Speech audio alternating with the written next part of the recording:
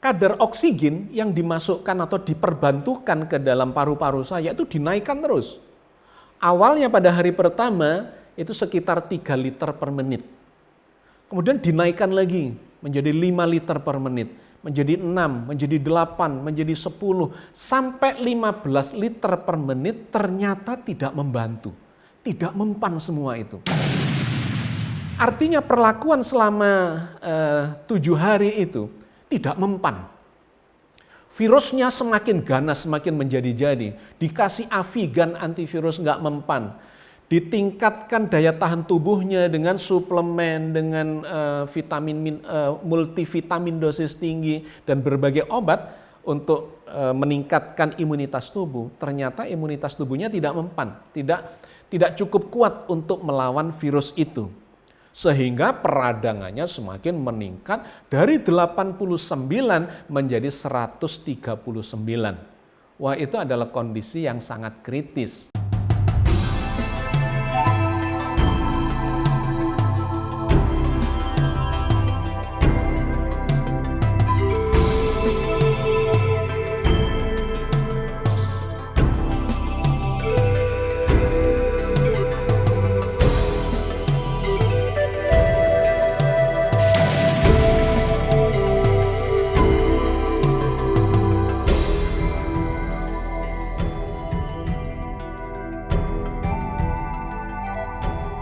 Assalamualaikum warahmatullahi wabarakatuh. Alhamdulillahirabbil alamin. Ma khalaqas samawati wal arda wa ma bainahuma la'ibin. Wassalatu wassalamu ala nabiyyina Muhammadin wa ala alihi wa ashabihi wa ummatihi ajmain. Sahabat sekalian, kita bersyukur pada Allah. Alhamdulillah, hari ini kita dipertemukan kembali dalam program Islam Futuristik episode yang ke-31. Kita akan melanjutkan kajian kita dari episode-episode yang lalu yang sudah membahas tentang bagaimana saya terserang oleh COVID-19 itu. Ini adalah bagian dari pembelajaran kita bahwa Allah itu memberikan hikmah itu bukan hanya dalam bentuk ayat-ayat qauliyah, tekstual yang ada di dalam kitab suci, di dalam Al-Quran Al-Karim, melainkan Allah itu memberikan pelajaran kepada kita dalam bentuk pengalaman, dalam bentuk ayat-ayat kauniyah, peristiwa-peristiwa yang kita alami langsung dalam kehidupan kita sehari-hari. Siapa saja yang bisa mengambil pelajaran dari ayat-ayat kauniyah itu, maka dia mendapatkan hikmah. Nah, hikmah itu adalah karunia yang besar yang memberikan pelajaran kepada kita. Selama itu mengarahkan kita kepada memahami kebesaran Allah, kekuasaan Allah, kasih sayang Allah, ya. Lebih mendekatkan diri kita kepada Allah, maka itu sesungguhnya adalah hikmah pelajaran yang diberikan Allah kepada kita semua. Nah, kita mencoba mengambil hikmah dari apa yang saya alami, dari peristiwa di mana saya mengalami satu kondisi yang kritis ketika terserang virus COVID-19 ini. Oke, sahabat sekalian, kita sudah melakukan pembahasan kajian 2 episode, ya. Di mana di episode yang lalu kita sudah membahas bahwa saya sudah sampai di rumah sakit Universitas Airlangga dan kemudian masuk ke IGD. Di IGD itulah kemudian dipastikan apakah saya ini terserang COVID-19, ya, terserang virus COVID-19, dan kalau iya seberapa tingkat keparahan yang terjadi pada saya sehingga menentukan terapi apa yang harus diberikan kepada saya untuk mengatasi serangan virus itu. Ada 3 hal atau 3 tes, ya, pemeriksaan yang diberikan kepada saya.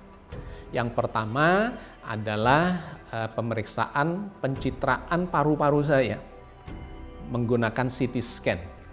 Kenapa? Karena memang serangan khas dari virus COVID-19 itu adalah pada sistem pernafasan.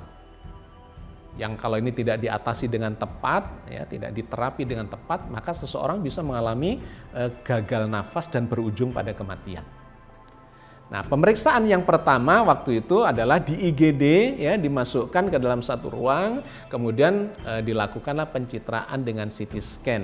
CT scan itu semacam ronsen, ya.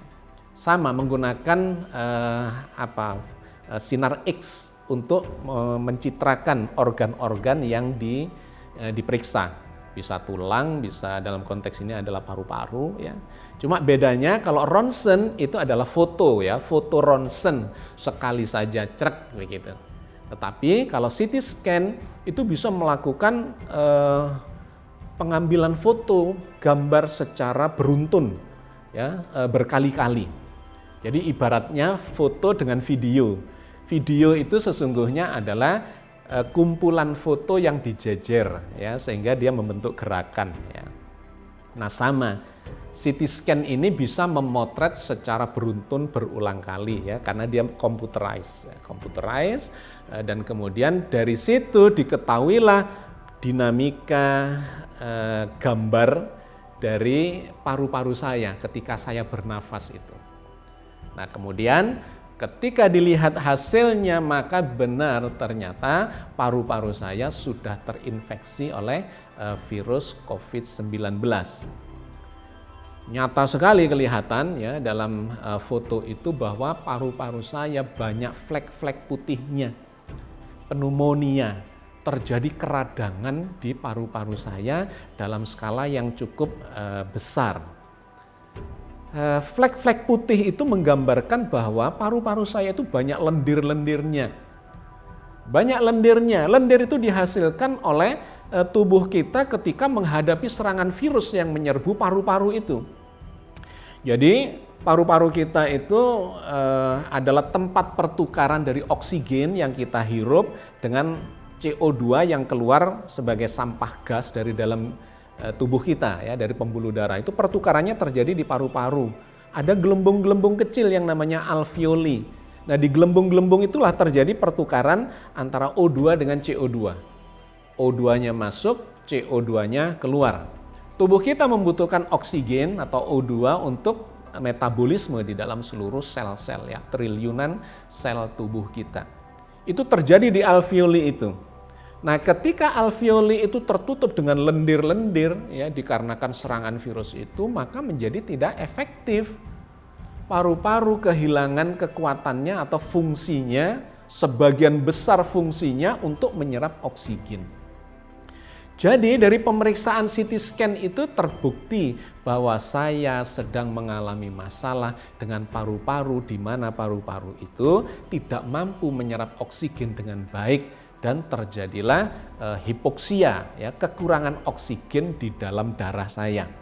Ini kalau dilanjutkan bisa berbahaya, bukan hanya gagal nafas di paru-paru itu, tetapi bisa gagal multi organ. Karena organ-organ dalam yang kekurangan oksigen itu menjadi bisa malfungsi, ya, mengalami kegagalan fungsi. Jadi pemeriksaan yang pertama adalah melalui CT scan. Yang kedua adalah pemeriksaan saturasi oksigen di dalam darah. Misalnya bisa menggunakan oximeter.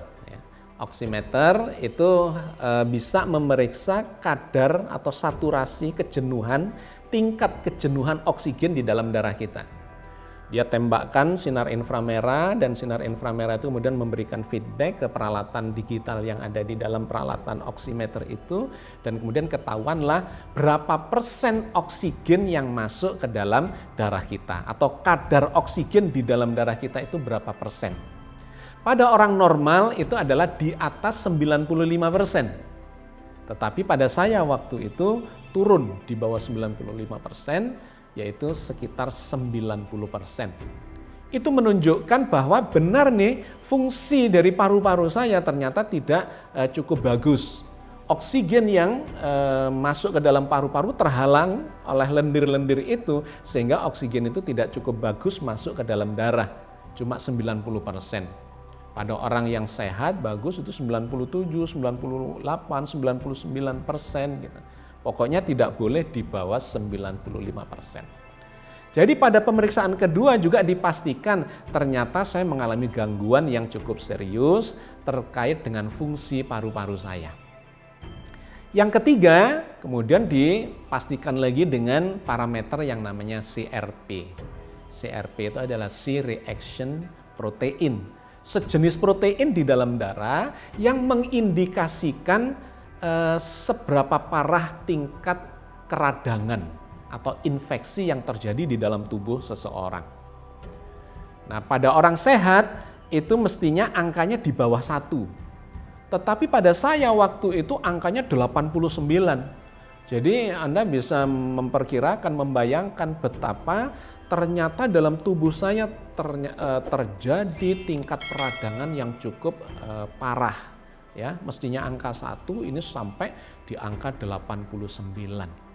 Maka dari 3 hal itu kemudian dokter memutuskan bahwa memang harus dilakukan perawatan dan diberikan pertolongan pertama dengan cara memberikan oksigen ya ke dalam paru-paru saya, bantuan oksigen melalui selang. Dibawalah saya masuk ke ruang IRNA, ya, rawat inap, dan kemudian diberilah bantuan oksigen dengan kecepatan 3 liter per menit. Ya, jadi itu bantuan awal yang diberikan kepada saya.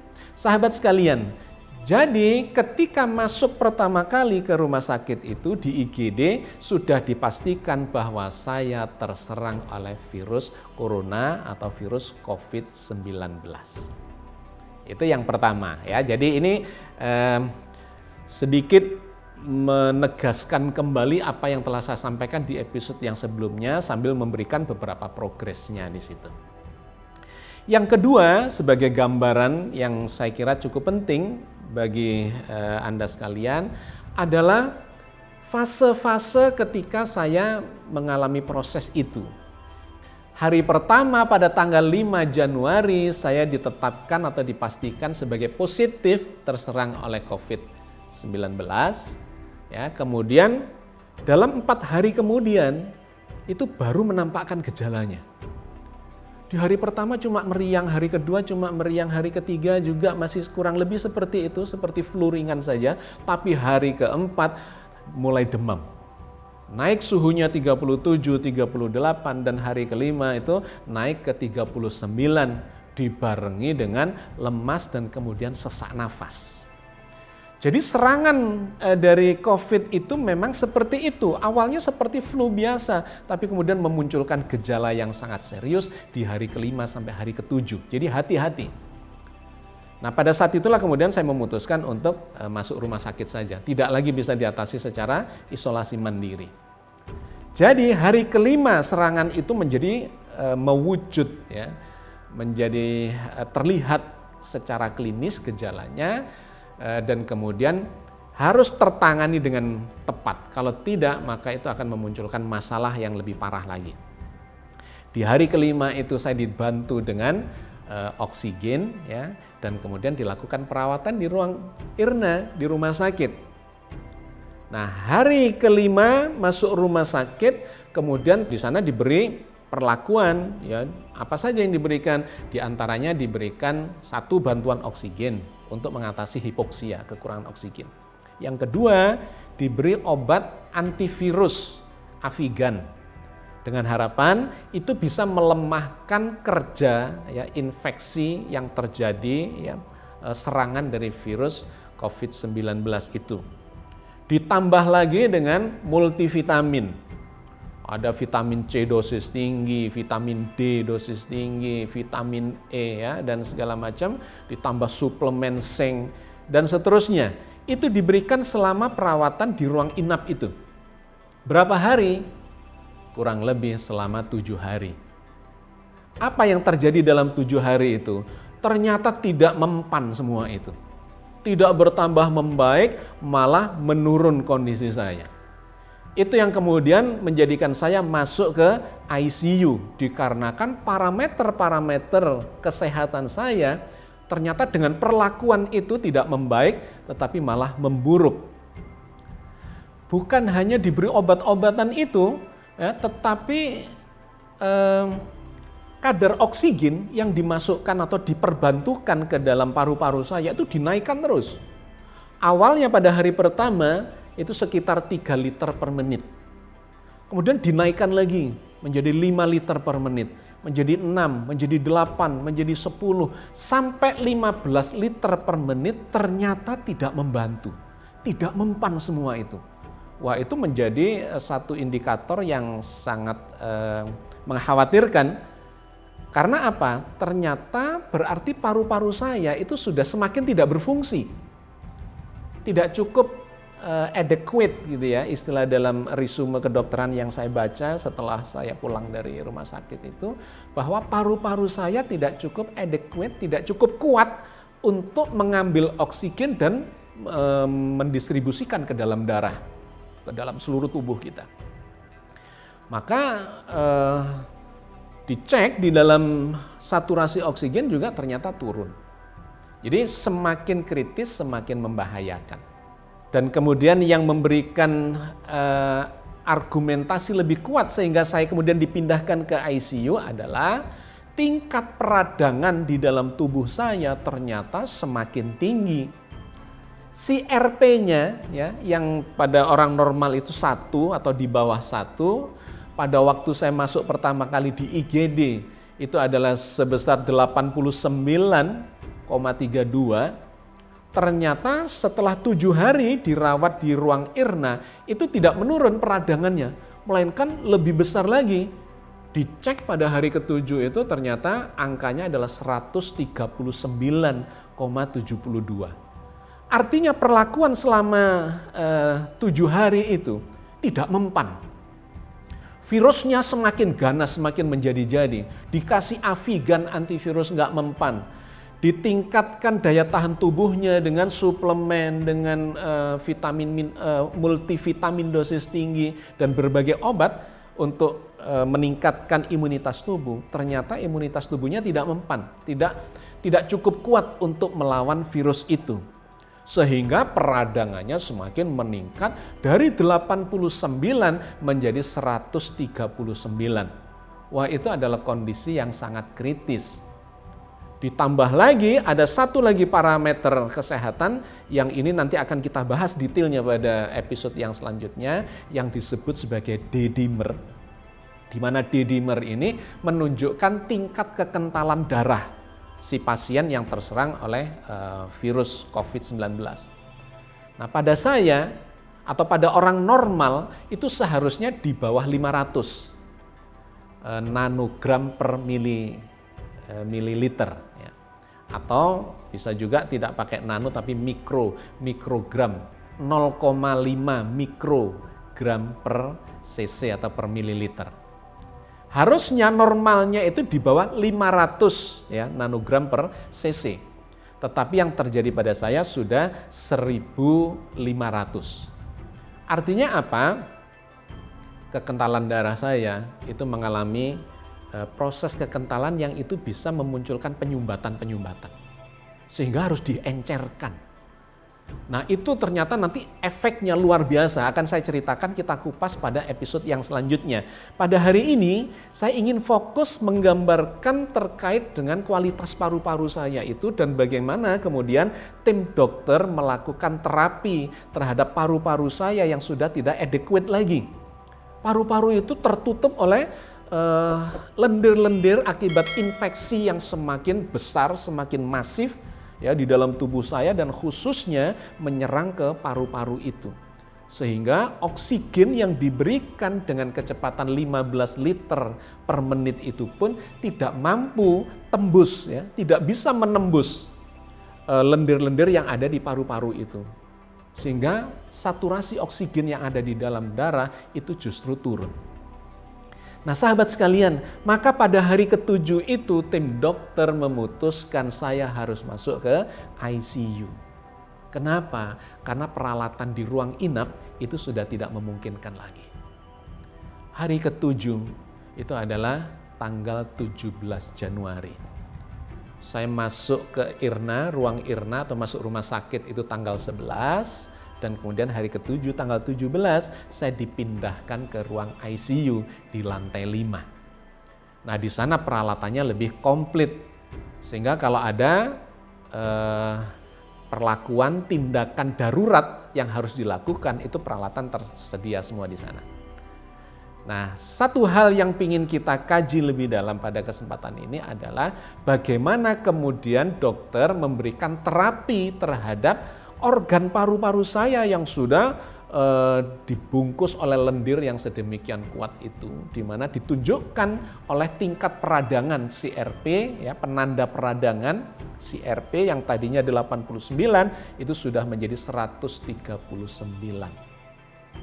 Maka dokter memberikan terapi yang disebut sebagai HFNC, High Flow Nasal Cannula, yaitu sebuah terapi di mana paru-paru saya itu disemprot dengan oksigen dengan kecepatan yang lebih tinggi lagi.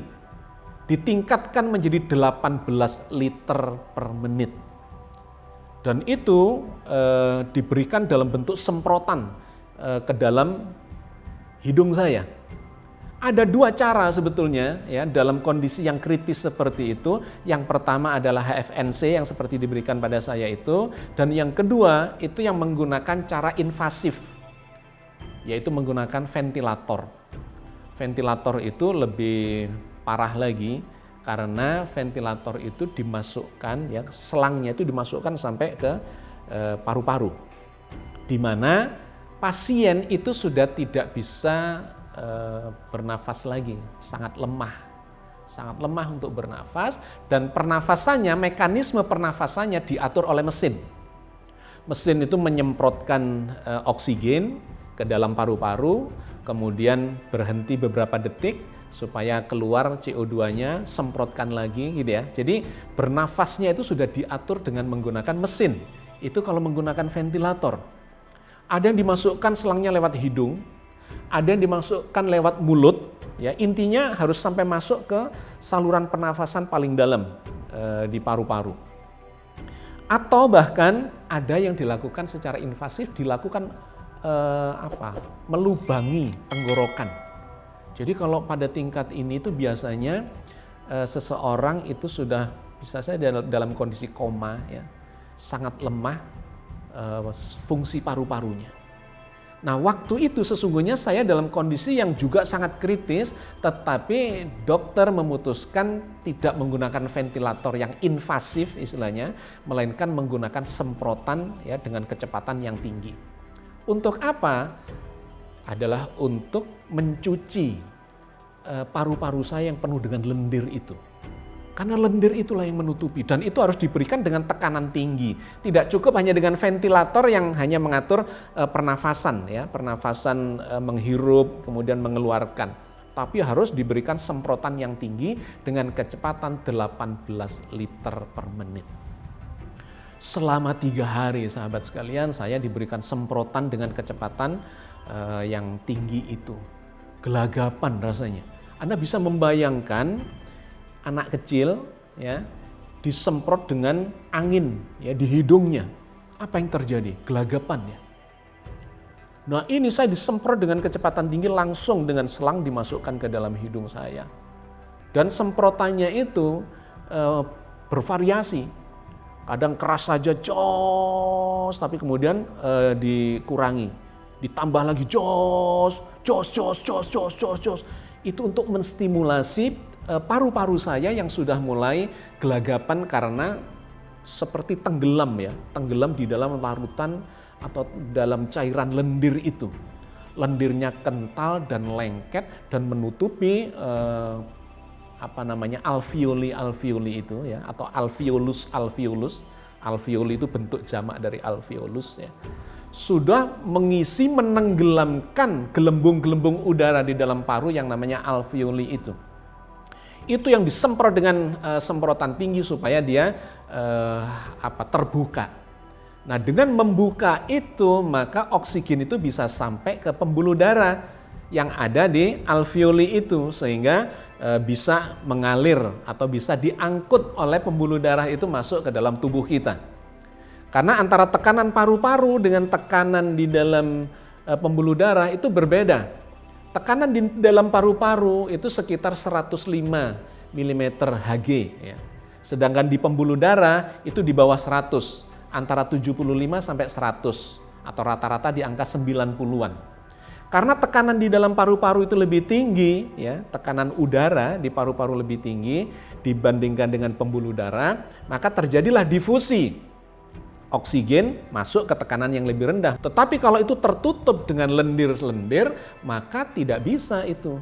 Tidak nyambung antara oksigen yang masuk itu terhalang oleh lendir dan tidak bersentuhan ya secara langsung di permukaan alveoli itu sehingga darah tidak bisa mengambil oksigen itu.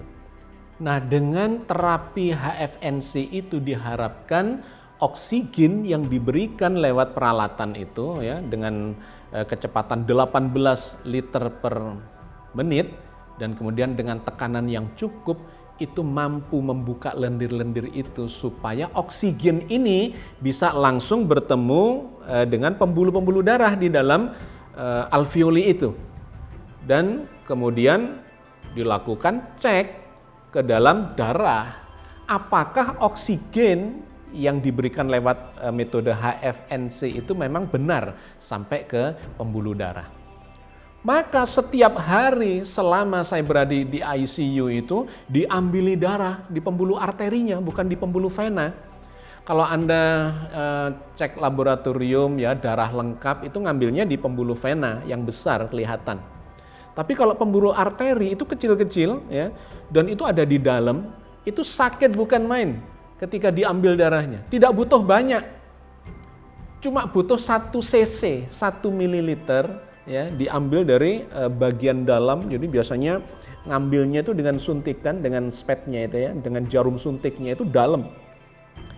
Dan itu tidak mudah, tidak selalu bisa dapat gitu ya. Bahkan yang senior saja kadang-kadang tidak bisa dapat, sehingga harus diulangi lagi. Waduh, sakit sekali itu. Kadang-kadang 1 kali pengambilan itu bisa 2 kali, bisa 3 kali karena tidak ketemu pembuluhnya itu. Sehingga di sini terjadi memar-memar dan berdarah karena waktu itu kualitas pembuluh darah saya semakin melemah dan gampang pecah. Sehingga terjadilah perdarahan di sekitar lokasi pengambilan itu. Di sini nggak dapat ganti di sini nggak dapat ganti di sini, di kaki dan seterusnya.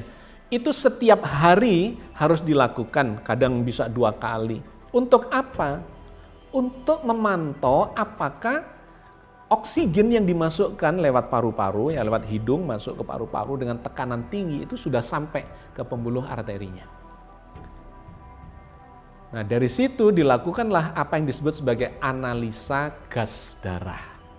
Akan ketahuan berapa kadar oksigen yang sudah sampai ke darah itu, ke pembuluh darah itu. Berapa pH-nya, berapa CO2-nya ya. Kadar-kadar itu dibutuhkan untuk memastikan fungsi dari paru-paru saya apakah sudah membaik ataukah belum. Maka di ruang ICU itu saya selama 5 hari diberi perlakuan HFNC itu dan sebetulnya yang paling intensif itu 3 hari. Ya, 3 hari. Nanti ada terapi lain lagi yang diberikan yang akan kita bahas pada episode berikutnya ya.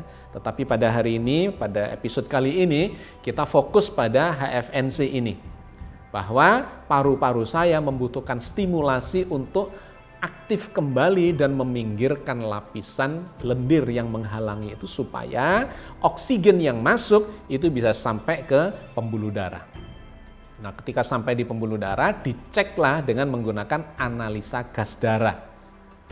Nah, alhamdulillah dalam waktu 5 hari itu terjadi peningkatan yang cukup bagus. Cukup signifikan. Setiap hari itu ternyata efek dari HFNC itu menunjukkan peningkatan kadar oksigen yang terus membaik di dalam pembuluh darah saya. Sehingga pada hari kelima itu kemudian dianggap cukup baik dan kemudian nantinya akhirnya dipindahkan ke ruang rawat inap lagi. Tetapi itu bukan hanya efek dari HFNC, melainkan ada efek dari terapi yang lainnya. Ada 5 terapi yang diberikan pada saat saya berada di ICU itu. Karena kalau itu tidak diberikan, maka saya tidak akan tertolong. Tidak cukup hanya dengan HFNC, hanya meminggirkan lendir-lendir yang menutupi paru-paru saya. Karena infeksinya sudah sedemikian masif dan kemudian darah saya itu sudah mengental sehingga perlu diencerkan, ada bentuk terapi-terapi lain yang harus dilakukan oleh tim dokter kepada saya. Sahabat sekalian, di ICU itulah saya mengalami kondisi antara hidup dan mati karena situasinya sudah sangat kritis di mana ancaman dari infeksinya sedemikian parah dan kemudian oksigennya itu terhalang untuk masuk ke pembuluh darah saya. Tetapi Allah masih menyelamatkan saya. Terima kasih kepada para dokter yang telah berjuang ya, untuk melawan serangan COVID yang luar biasa di ICU itu, sehingga dalam waktu 5 hari semua yang terapi yang direncanakan dan diterapkan kepada saya dengan seizin Allah itu ternyata efektif untuk meningkatkan kualitas kesehatan saya kembali. Sahabat sekalian, saya kira sementara saya cukupkan sampai di sini ya. Poin penting yang ingin saya sampaikan adalah bahwa COVID-19 ini ya, virusnya itu sangat ganas. Sangat ganas. Terlambat sedikit mengatasinya, maka efeknya akan fatal. Ya, seperti yang saya sampaikan tadi. Hari ke-5 baru masuk rumah sakit, hari ke-7 ya, tidak mempan selama di ruang IRNA, harus masuk ke ICU dan sebagainya. Sebagian dari pasien yang terlambat untuk mendapatkan penanganan yang tepat pada waktu yang tepat, ya, terapi yang tepat pada waktu yang tepat, maka tidak bisa diselamatkan dan kita mendengar di sekitar kita. Bahkan mungkin saudara kita, famili kita, sahabat kita, orang-orang dekat kita tidak mampu bertahan terhadap serangan virus yang sangat ganas itu. Mudah-mudahan kita semua masih mendapatkan perlindungan dari Allah, berkesempatan untuk terus memperbaiki diri kita, karena kita ini ya masih jauh ya. Berharap mudah-mudahan kualitasnya naik terus sebelum kita kembali kepada Allah. Mudah-mudahan kita kapanpun dipanggil Allah dalam kualitas terbaik kita, dalam keadaan yang husnul khatimah. Amin ya rabbal alamin. Assalamualaikum warahmatullahi wabarakatuh.